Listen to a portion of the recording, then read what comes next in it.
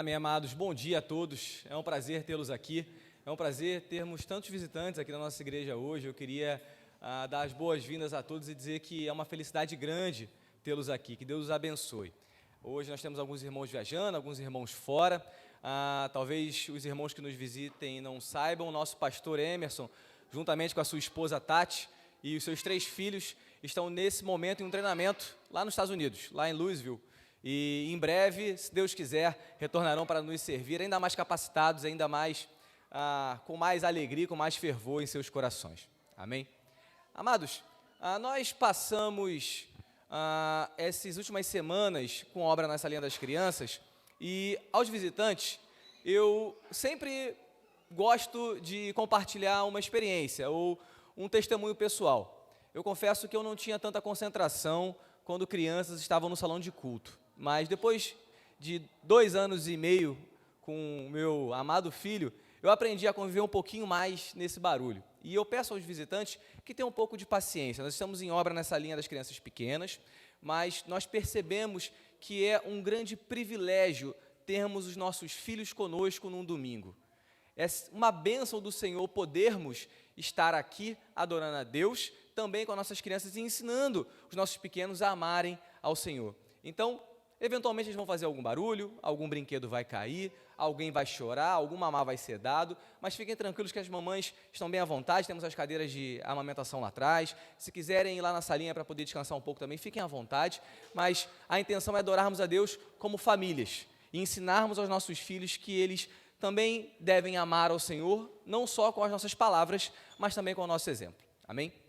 Amados, depois de 3 meses caminhando numa exposição sequencial na carta aos Filipenses, nós começamos hoje uma série de exposições temáticas acerca das doutrinas da graça. E eu sei que, como o irmão César já está projetando aqui no nosso Data Show, surge a pergunta: o que é ou o que são as doutrinas da graça? Para entender isso, eu queria dar só um passo atrás. É importante nós entendermos que um dos 7 valores compartilhados pelas igrejas Graça Soberana no mundo inteiro é que nós subscrevemos ou que nós cremos em uma teologia de confissão reformada. E aí fica a pergunta: o que é uma teologia de confissão reformada? Ou o que é ser reformado?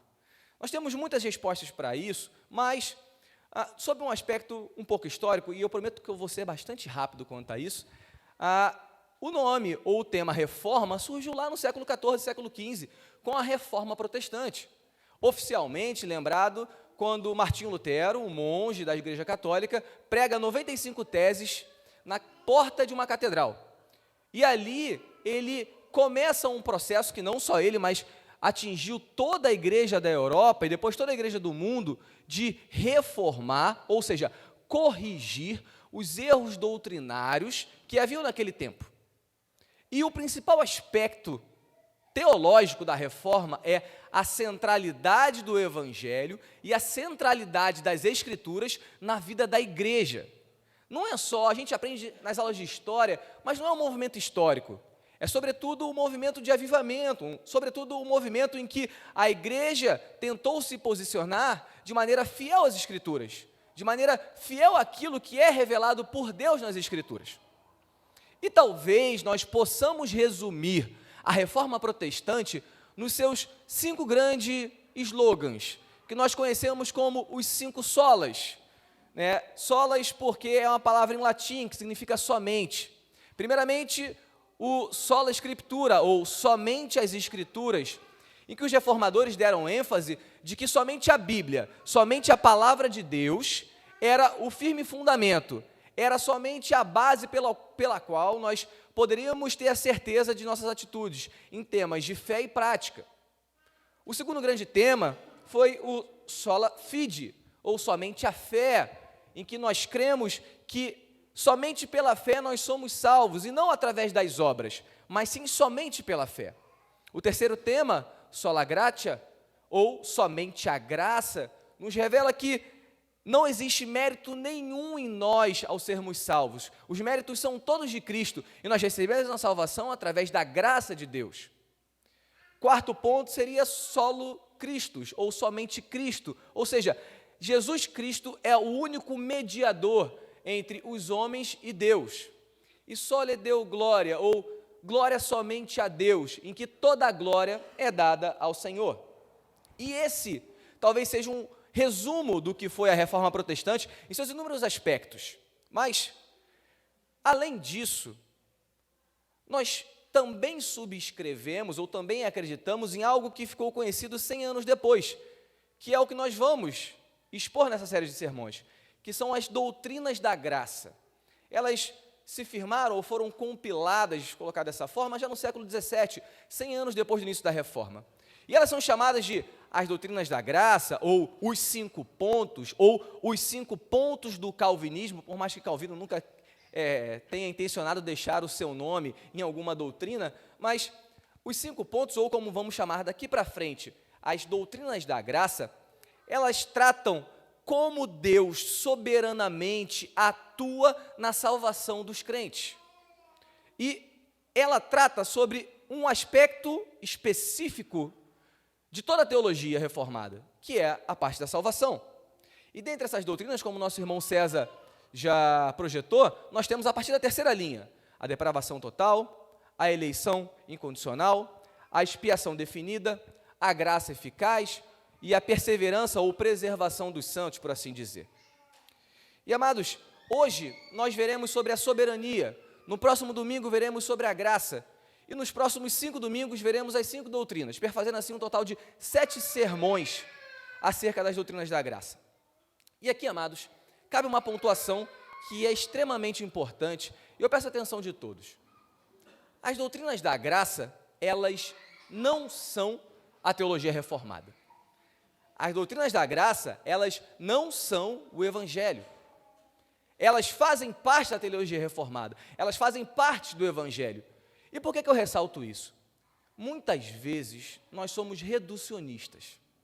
Muitas vezes, algumas pessoas tratam o cerne da teologia reformada como as doutrinas da graça.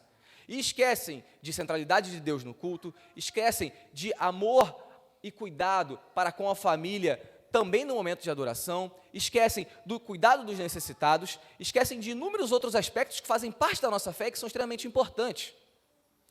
E pior, algumas pessoas resumem o Evangelho às doutrinas da graça, e esquecem-se que o Evangelho é a boa nova de Cristo que veio, morreu por nós e que nos salvou.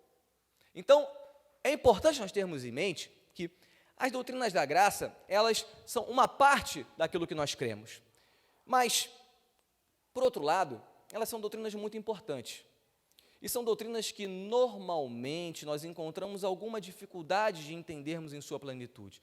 De fato, as doutrinas da graça, elas desafiam a capacidade humana de perceber Deus. E eu confesso para os irmãos, se qualquer um de nós chegamos nessa terra com a intenção de entendermos completamente a Deus, nós vamos nos frustrar, porque Deus é soberano em seus planos. Mas isso não quer dizer que nós iremos negligenciar o estudo da Escritura, e nem que nós iremos negligenciar aquilo que Deus nos revelou. Então, de maneira humilde, de maneira diligente, nós tentaremos entender a partir das Escrituras, a partir da palavra revelada de Deus, como Ele nos salva, ou como Ele atua soberanamente para nos salvar. E, para isso, eu convido a todos a abrirem as Bíblias em Efésios. Eu quase falei Filipenses, eu estou ainda automático. Eu peço a todos que abram as Bíblias em Efésios. Nós faremos a leitura dos versos de 3 a 14 do capítulo 1. Essa é a perícope completa, mas nós faremos a exposição dos versos 3 a 6. Então, convido a todos a abrirem as Bíblias em Efésios, capítulo 1, dos versos 3 a 14.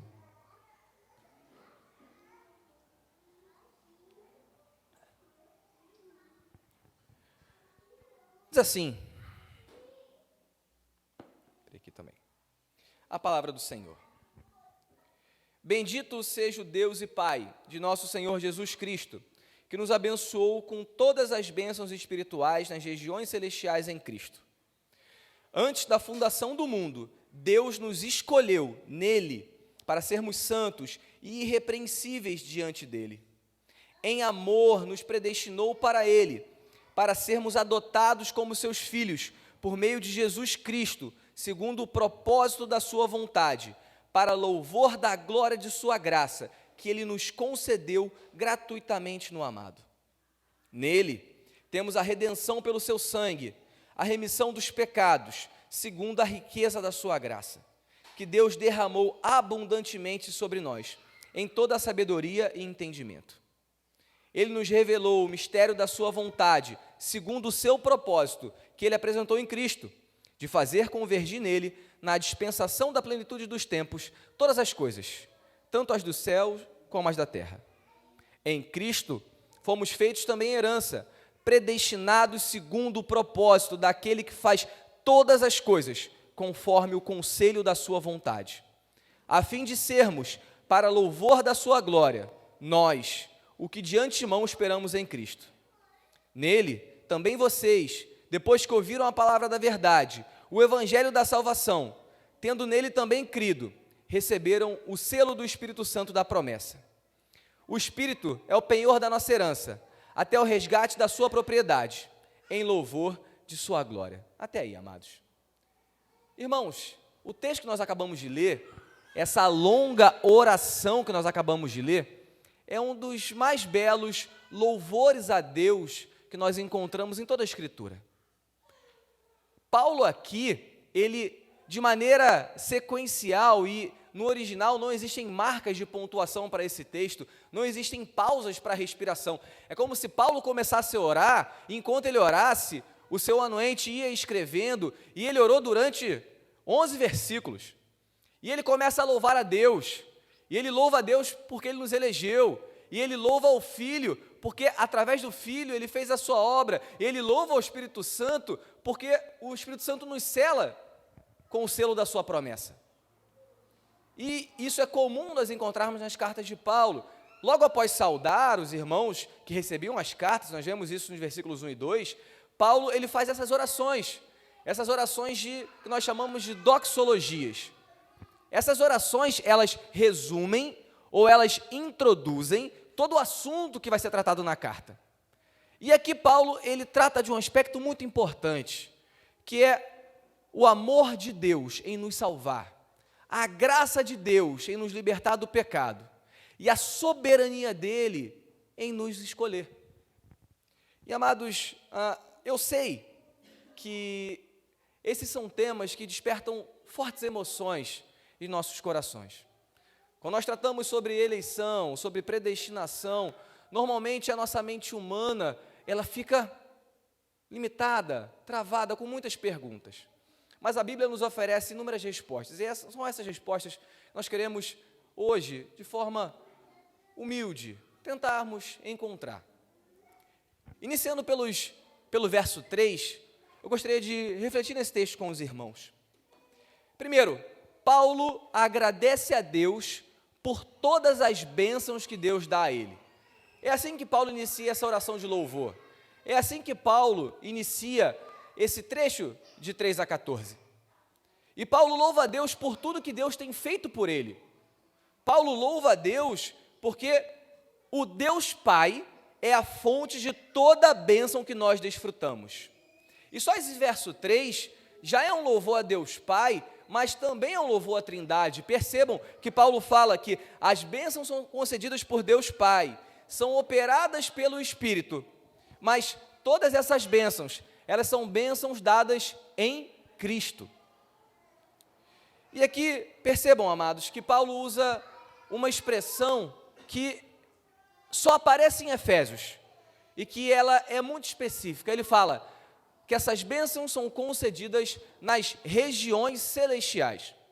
E o que são as regiões celestiais? Esse termo, ele só aparece na carta aos Efésios, e aparece por 5 vezes.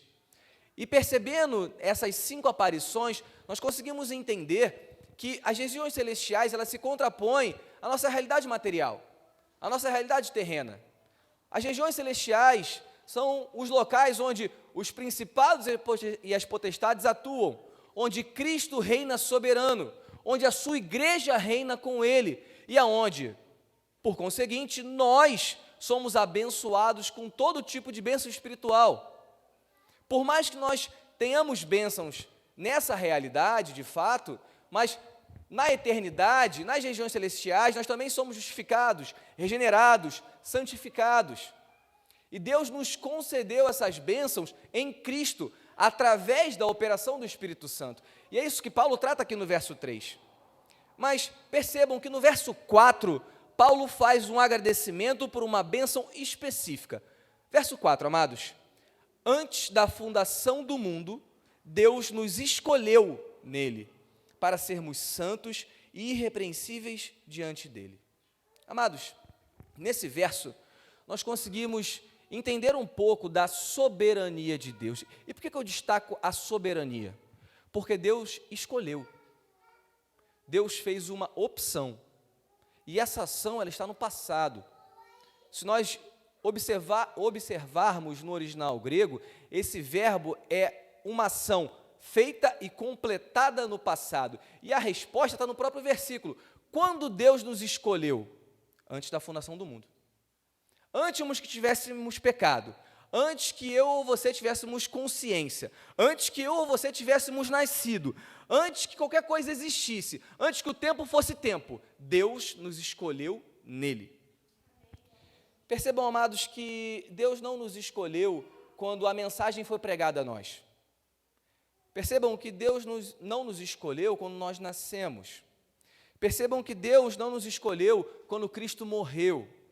Percebam, Deus não nos escolheu quando Adão pecou. Deus nos escolheu antes da fundação do mundo, antes que o tempo existisse, antes que qualquer coisa fosse criada, antes que nós pudéssemos pecar ou sequer nos arrependermos. Essa foi a escolha de Deus, segundo Efésios 1:4. Esse foi o momento da escolha de Deus. E nesse momento nós estamos diante de uma das doutrinas mais complexas, ou mais difíceis da Bíblia. Nós tratamos sobre eleição, e a eleição diz ou fala sobre o caráter de Deus, sobre um caráter e sobre uma essência que nós não temos, e que é somente de Deus, porque só Deus tem a capacidade de fazer escolhas soberanas, escolhas que não dependem de nada, e como o próprio texto nos fala, escolhas que dependem apenas da sua vontade. E eu digo isso porque ela não é difícil de encontrarmos na Bíblia. Nós encontramos na Bíblia a eleição e a predestinação sendo citada em inúmeros textos. Mas eu digo difícil porque a nossa mente humana, ela não consegue captar isso totalmente.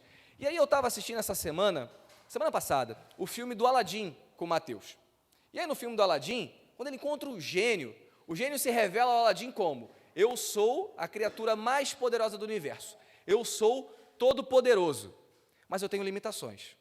Eu estou preso na lâmpada, eu não posso matar ninguém, eu não posso ressuscitar ninguém, eu não posso fazer ninguém se apaixonar por ninguém. Percebam, quando a nossa mente humana, mesmo num desenho infantil, tenta captar, ou tenta entender, ou tenta descrever o que é ser todo-poderoso, o que é ser o ser mais poderoso do universo, até nisso nós colocamos pesos e contrapesos. Até nisso nós não conseguimos entender que ser todo-poderoso significa não ter amarras, não ter limitações. É assim que Deus se revela na Escritura. Deus não é um gênio da lâmpada que está preso a condições, que está preso a regras. Deus é Deus. E Deus, ele se revela todo-poderoso, ele se revela onipotente, ele se revela onisciente.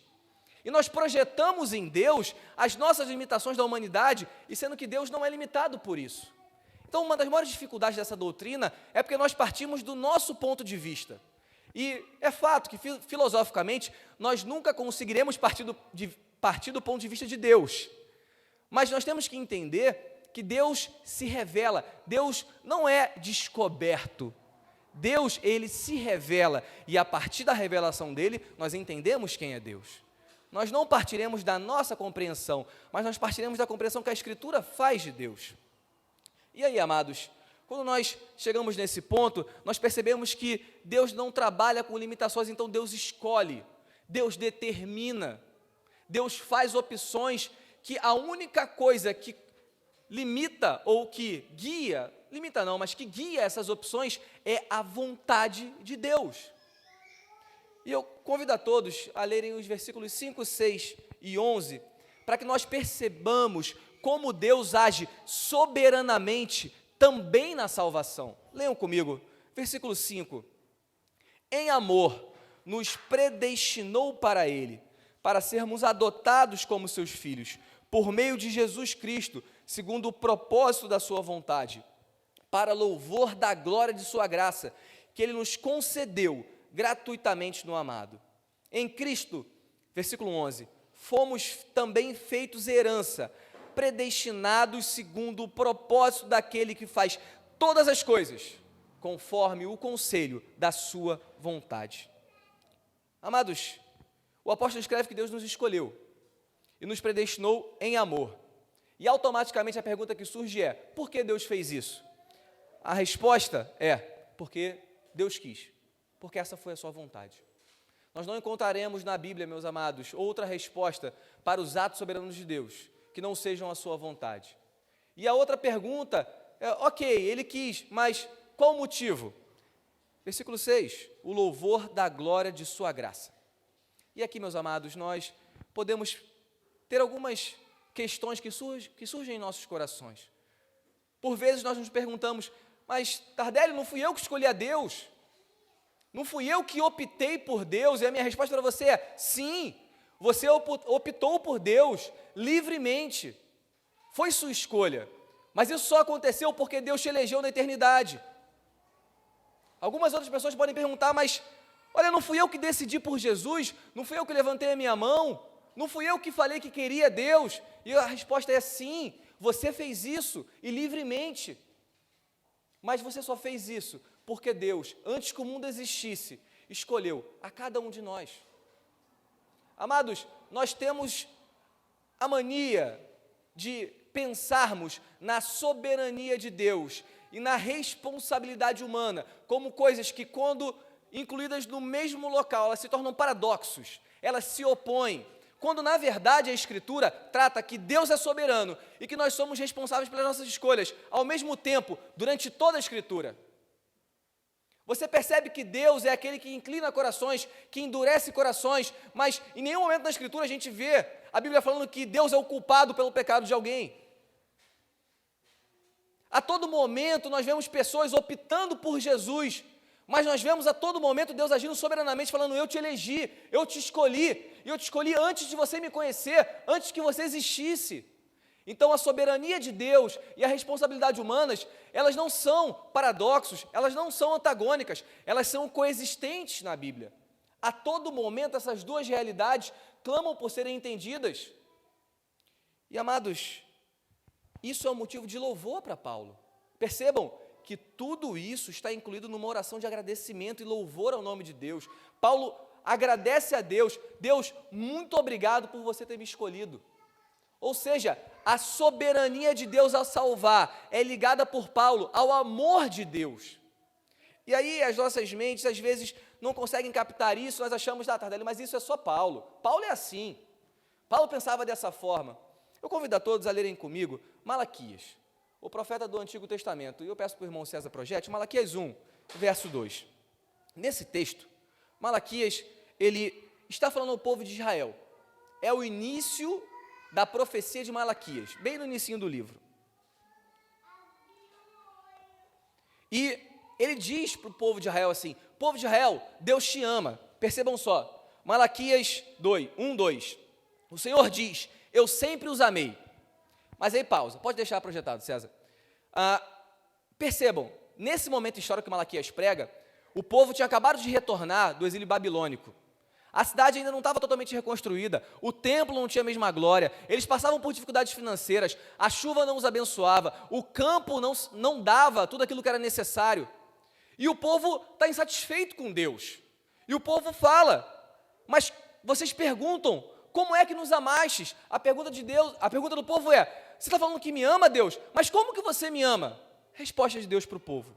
E o Senhor responde: Esaú era irmão de Jacó, mas eu amei Jacó e desprezei Esaú. Percebam, a resposta do amor de Deus para o povo de Israel no Antigo Testamento está em bases de eleição, e não em bases de bênçãos materiais. Percebam, a resposta que Deus dá ao povo de Israel, quando eles perguntam a Deus, como você prova o seu amor para conosco? É Deus respondendo, eu escolhi vocês. E pensem, amados, se nós retornarmos ao Gênesis, lá em Gênesis 25, nós vamos lembrar da história de Jacó e de Esaú. Nós temos Isaac, filho de Abraão, que se casa com Rebeca, e ele tem 2 filhos, Jacó e Esaú, e eles eram gêmeos. E dentro da barriga da mãe, a mãe pergunta, Deus, por que eles brigam tanto? E Deus responde, porque um servirá ao outro. Percebam, na barriga de Rebeca, Deus escolhe Jacó. E, amados, se nós lermos o relato de Gênesis, nós percebemos, Jacó não era flor que se cheirasse. Jacó não era uma pessoa gente boa, não era alguém com um caráter ilibado. Jacó teve o seu caráter transformado por Deus, mas ele não tinha méritos nele mesmo. Percebam, amados, qual é o ponto aqui? Deus poderia ter simplesmente escolhido os descendentes de Esaú, o irmão de Jacó. E nesse caso, os edomitas e não os israelitas seriam o povo da aliança. Mas Deus fala, eu provo meu amor para com vocês porque eu escolhi vocês para serem o meu povo. Deus não está colocando a bênção dele em padrões materiais, em padrões de riqueza, em qualquer outro padrão. Deus está colocando a bênção dele referenciando a eleição do povo de Israel. Eu te amo porque eu te escolhi. E pasmem, amados, esse mesmo texto também é utilizado no Novo Testamento, essa mesma ideia, essa argumentação, que começa em Gênesis, 2000 anos antes de Cristo, passa por Malaquias, em 400 anos antes de Cristo, chega a Paulo, 500 anos depois de Malaquias. Romanos 9, e eu peço que nós façamos a leitura, o irmão César vai projetar para a gente, Romanos 9, 11.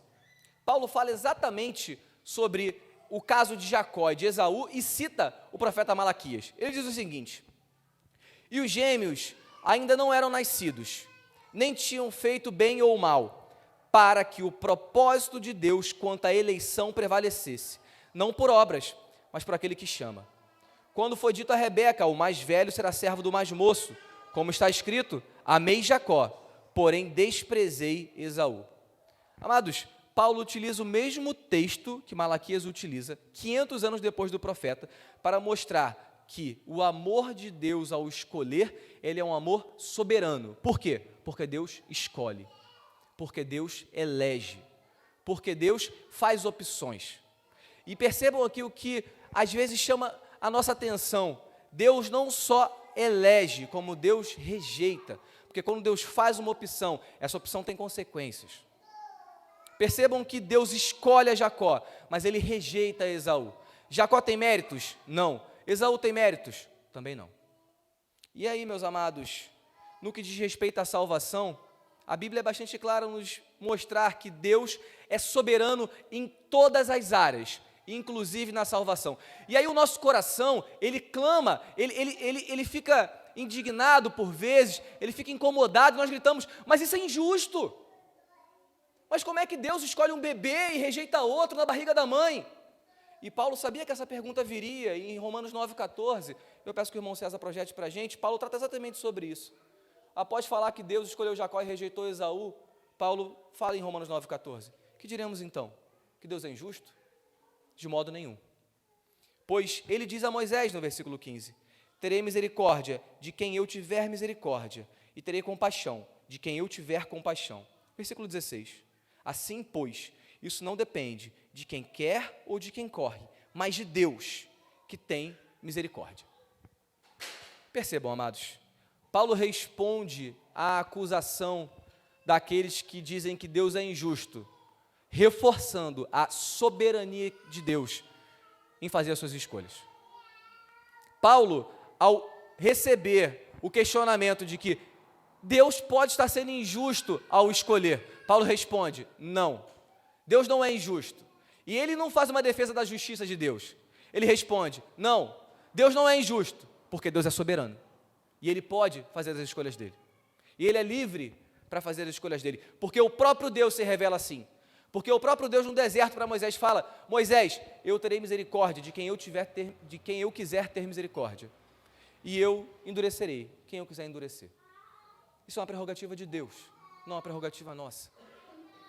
Amados, agora com isso em mente, nós podemos retornar ao nosso texto base e perceber por que Paulo louva a Deus com tanta alegria, com tanta efusão no livro de Efésios. Sabe por quê? Porque Paulo sabia que não tinha mérito nenhum. Paulo sabia que ele não tinha motivos para ser escolhido.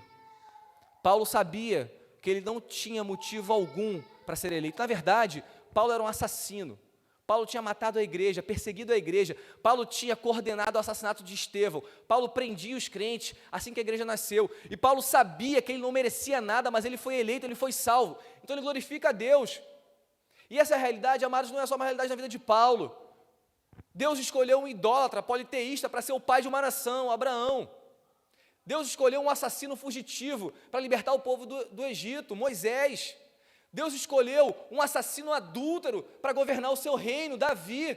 Amados, Deus escolhe a mim e a você, independente das nossas falhas, Ele nos chama. Quando Deus nos encontrou, nós não tínhamos mérito algum. Nós não tínhamos feito nada para sermos aceitos por Deus.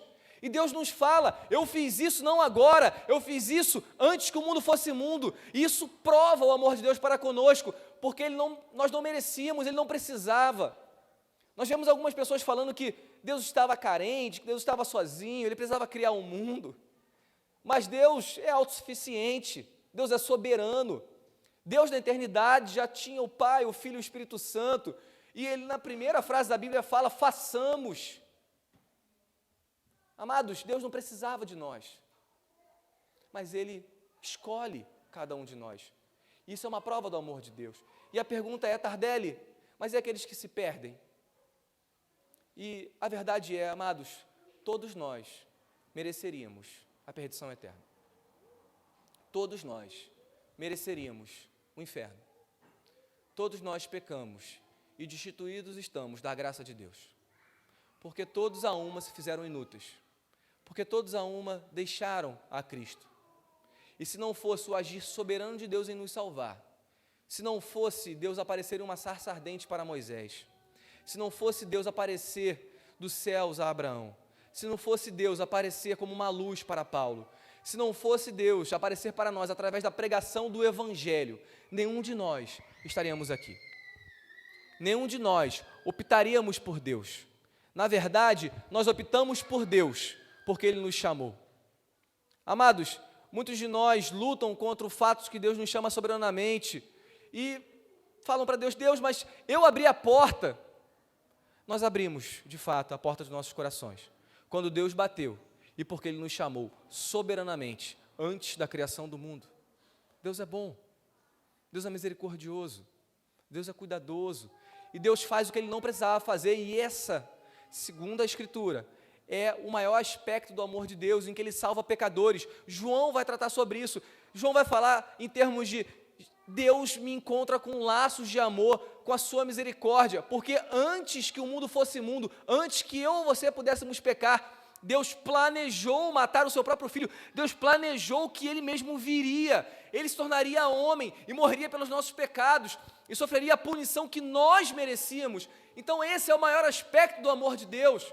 A eleição revela o quanto Deus cuida de nós, e o quanto nós não somos merecedores da sua graça, e o quanto nós precisamos dEle.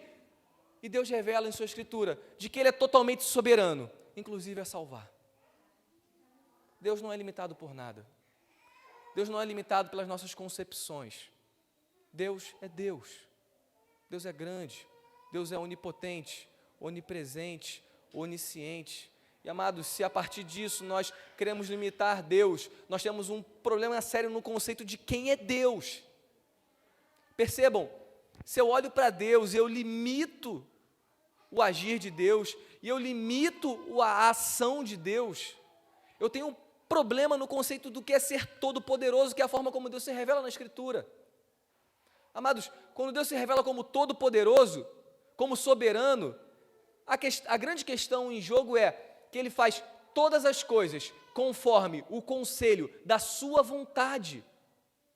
É a vontade soberana de Deus que determina os rumos do universo. Amados, não se enganem, o passado, o presente, o futuro, o porvir, a eternidade, tudo está sob o controle soberano de Deus. Em nenhum momento nós vemos Jesus, em nenhum momento nós vemos Deus se revelando de forma desesperada, sem saber o que vai acontecer. Jesus tinha a plena certeza de que o que ele passaria seria um sofrimento tremendo, mas ele tinha a plena certeza que ele ressuscitaria, porque ele sabia que tudo estava sob o controle de Deus. E, amados, as perguntas que eu refaço e que são respondidas pelo nosso texto base de hoje é: por que Deus fez isso? Por que Deus nos escolhe soberanamente para nos salvar? Pelo propósito da sua vontade, como dito no verso 5. E para quê, meus amados? A resposta está no verso 6. Para o louvor da glória de sua graça. Deus faz isso para que o nome dele seja louvado. Deus faz isso porque ele quer. Deus faz isso porque ele é soberano. E a sua soberania não se revela só no seu poder criador. A sua soberania não se revela somente em sustentar toda a criação. A sua soberania também se revela ao salvar. A sua soberania também se revela na forma como ele chama, elege, predestina pecadores. E percebam, amados, que todos os verbos do versículo 3 ao versículo 6, todos estão no passado. Todos são ações passadas de Deus. Deus não está fazendo isso agora, Deus já fez. E essa é a prova do amor de Deus, porque nós não precisamos fazer nada. Ou não, no passado, quando nós nos convertemos, não foi pelos nossos méritos. Deus fez. Sola gratia. Somente a graça de Deus nos salva. Mais nada. E, amados, o resultado visível da eleição de Deus, ele está no verso 4. E eu gostaria de ler com os irmãos. Antes da fundação do mundo, Deus nos escolheu nele, para sermos santos e irrepreensíveis diante dele. Amados, o resultado visível da eleição soberana de Deus é um povo santo e um povo irrepreensível. E aqui, alguns corações ou algumas vozes se levantam e falam: olha, a doutrina da eleição ela é muito bonita, mas se nesses termos que você está falando, Tardelli, as pessoas vão simplesmente viver da maneira como eles quiserem, porque eles vão para o céu, eles foram eleitos na eternidade.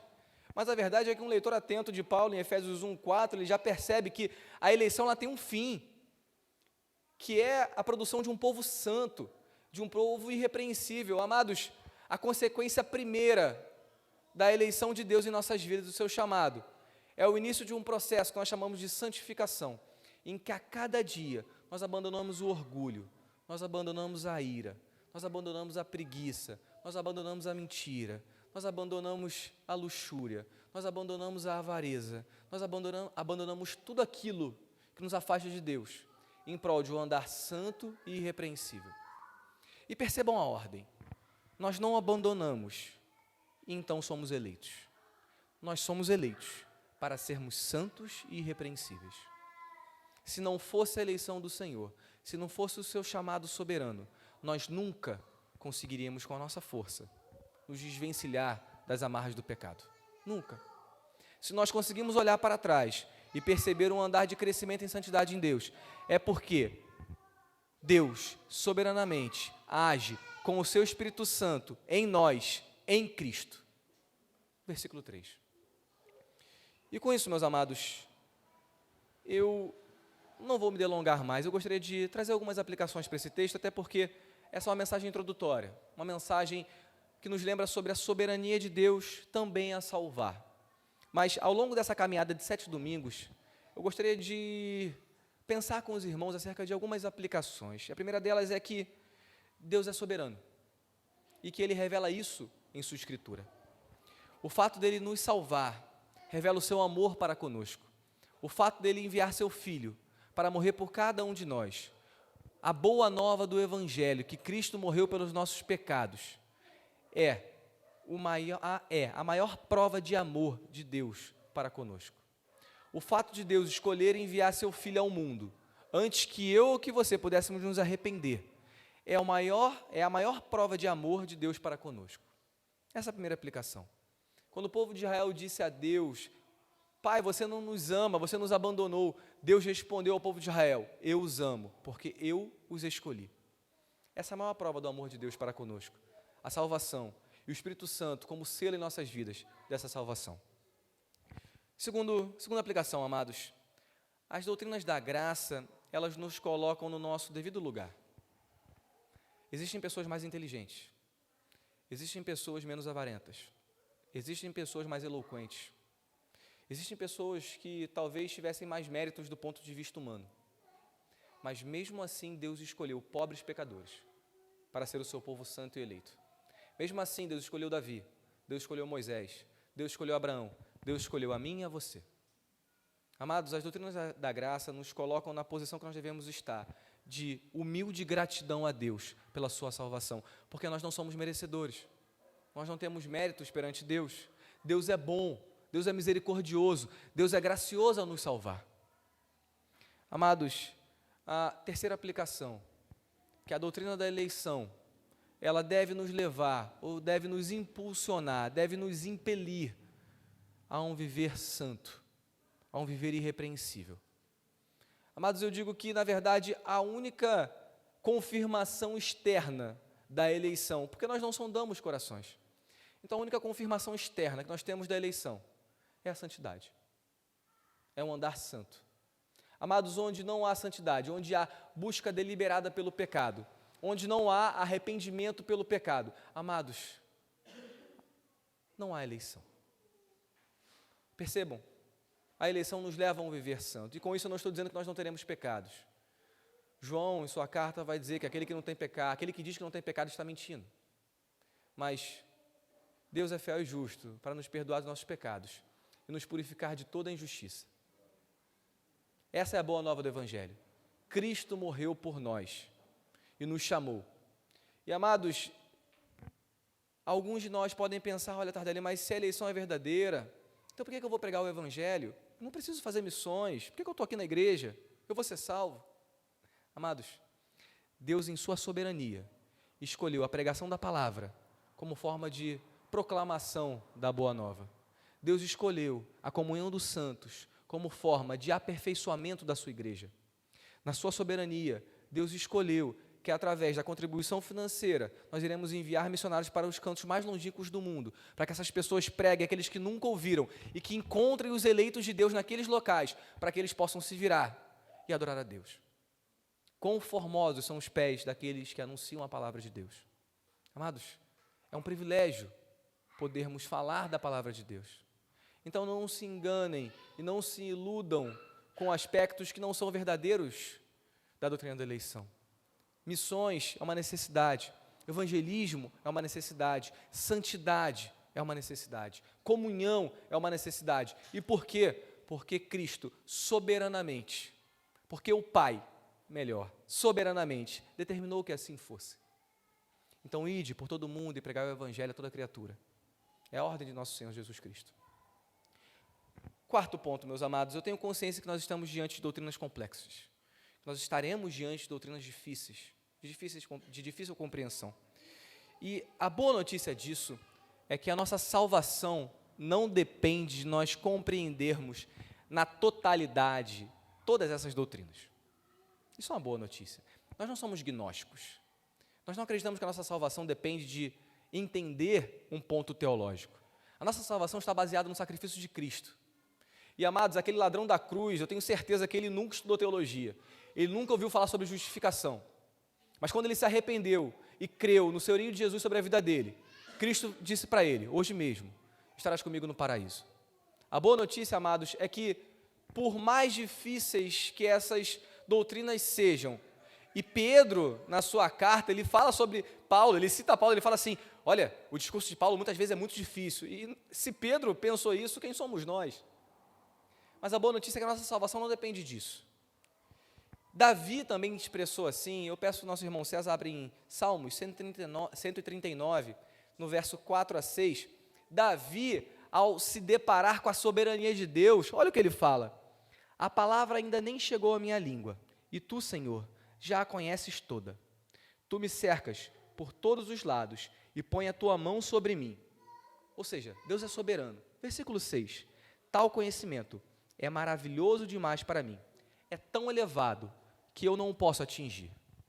Se em algum momento dessa caminhada, algum dos irmãos sentirem que não entenderam algum aspecto, ou que aquilo não está arraigado ainda no coração, fiquem tranquilos, vocês têm as mesmas dúvidas que Davi, que produziu o Salmo 139.